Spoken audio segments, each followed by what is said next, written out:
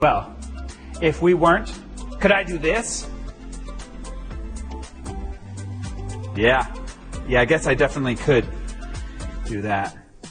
Actually, I know a way I can prove it. That music you heard during the countdown was streamed live from the iHeartRadio app, which means it's iHeartRadio Music Monday. This is the final day of our iHeart Play to Win sweepstakes, which means it's your last chance to win tickets to the iHeart Country Festival in Austin, Texas on May 4th.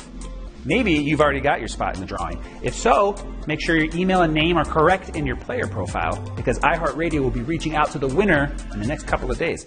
So check your emails. We will announce the winner on Words with Friends live. That's this show. And if you don't already have a spot in the drawing, all you have to do is answer tonight's iHeart question of the day correctly. Tonight, we've got singer, songwriter, rapper, and producer Bozzy asking one of his favorite trivia questions. Get Bozzy's question right, you will be automatically entered into our drawing for the iHeart Country Festival. The lucky winner will get 2 tickets to the event, airfare and hotel included, because that's how we roll. Okay, game rules. Real quick, 12 questions, each with 3 multiple choice answers. You have 10 seconds to tap on the correct one. Get them all right, and you get a piece of $2,500. Yeah, some spending cash for Austin. All right. Okay, now make sure you're hooked up to Wi-Fi and that your battery is like my uncle at Christmas, fully loaded. If so, then I think we're ready to play.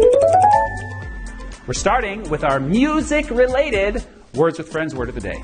Question number 1.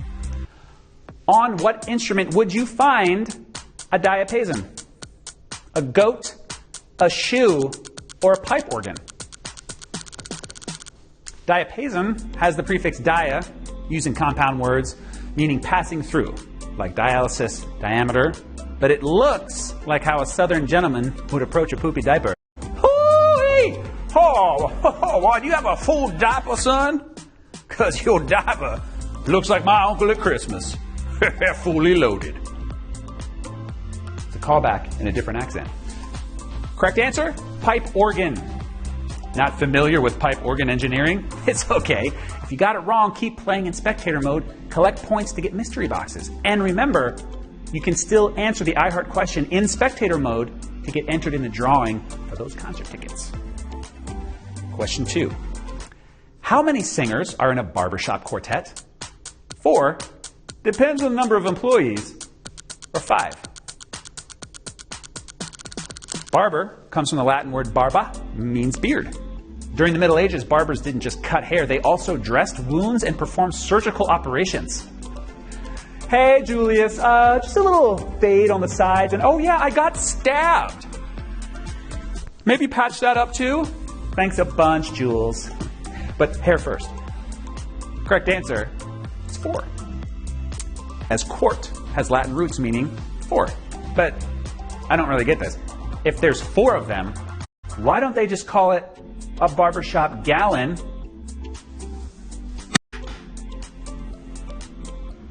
Yeah, I felt it deserved that. Question 3. Which is a heteronym, meaning both a musical term and a species of freshwater perch? Conductor, bass, or allegro? Heteronyms are words that are spelled the same way, but have different meanings and pronunciations. So, they're homographs, but not homophones. In fact, they're heterophones. But listen, we here at Words with Friends Live do not discriminate based on grammatical preference. Correct answer, bass. So you can play the bass, or you can go fishing for bass.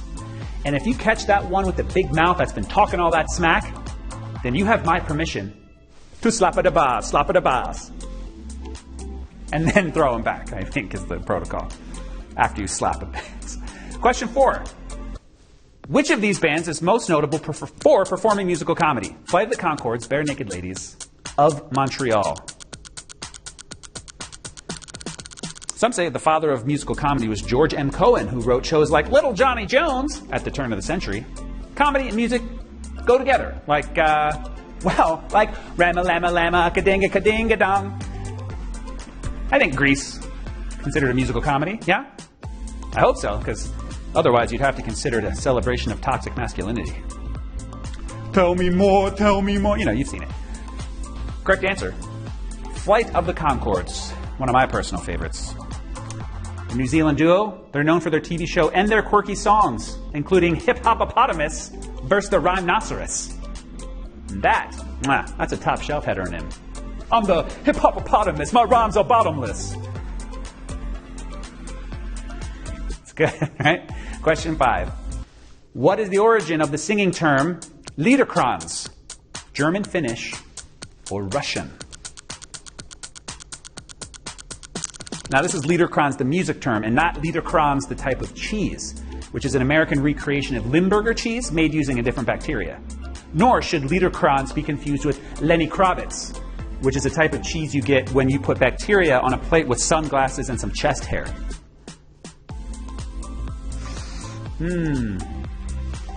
Correct answer? It's German.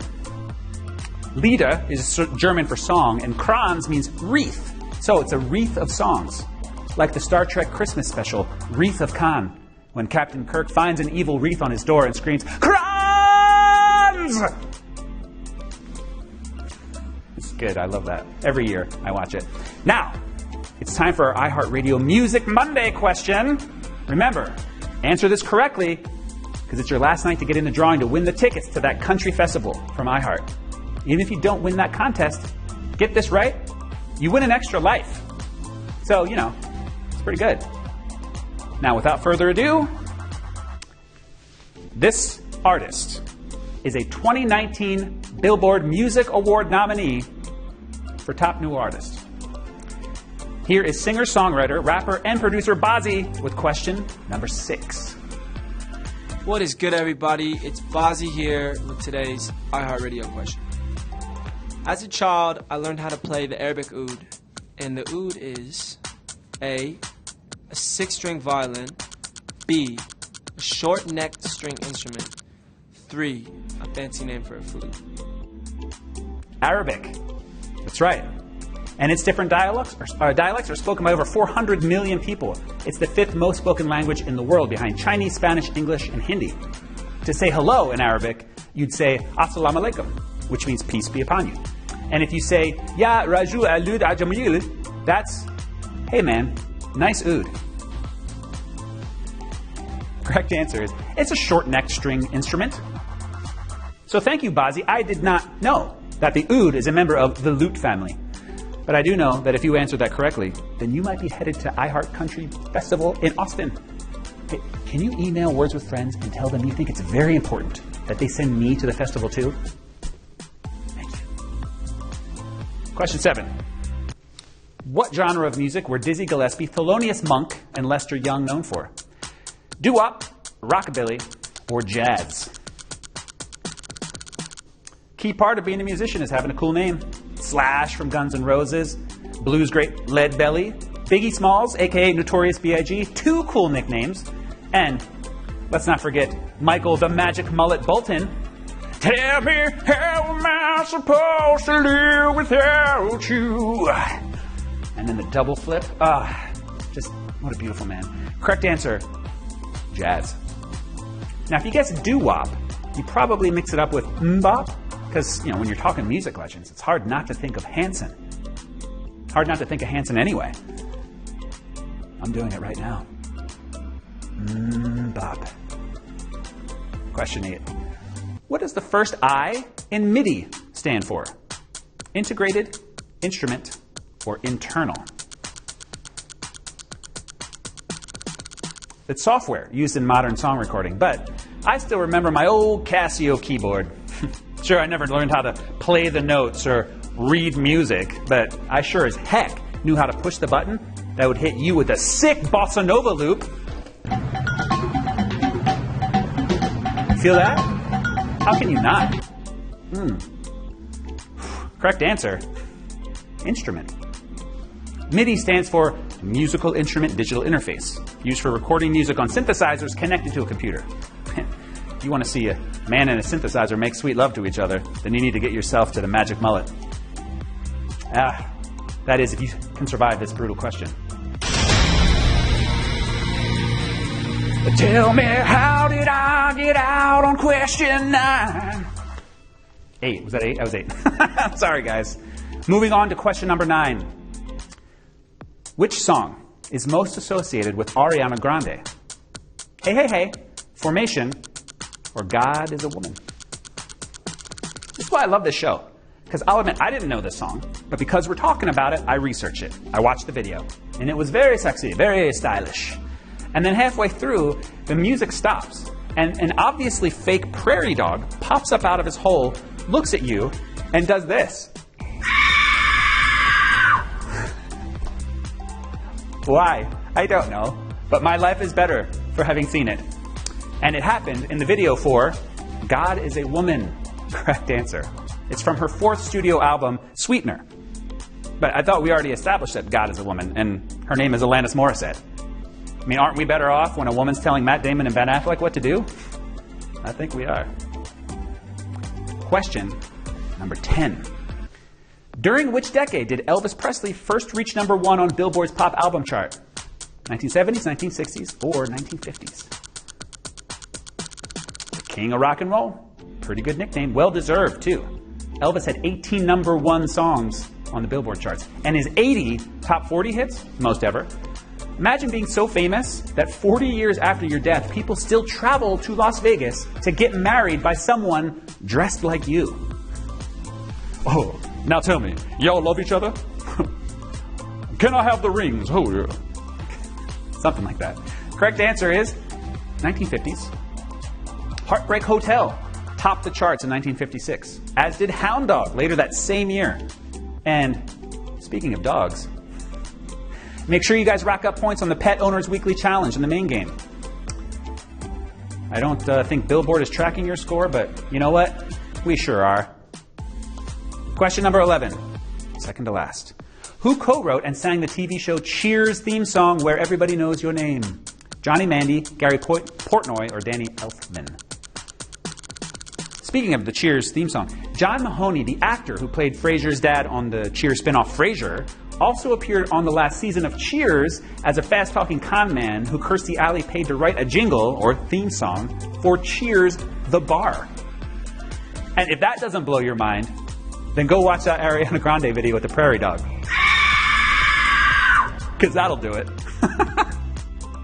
The correct answer, it's Gary Portnoy, who also wrote and performed the theme song for Punky Brewster.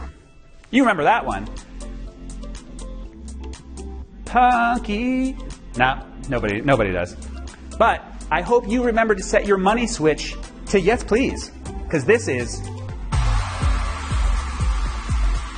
the last question.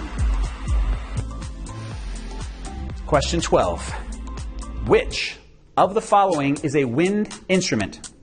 Chalumeau, hurdy-gurdy, or rebec? A wind instrument, musical instrument that's usually a tube played by pushing some air through it. A rebec, also the least popular nickname for Rebecca. Actually, that's my sister-in-law's name. She goes by Becca, but this Thanksgiving I might have to try this one out. Hey, Rebec, great to see you. I think she'll like it.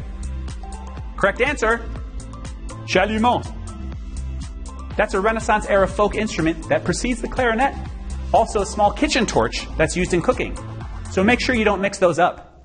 All right, who's in the mood for some French music? But don't worry, you can afford to buy yourself a whole new mouth if you're one of today's winners.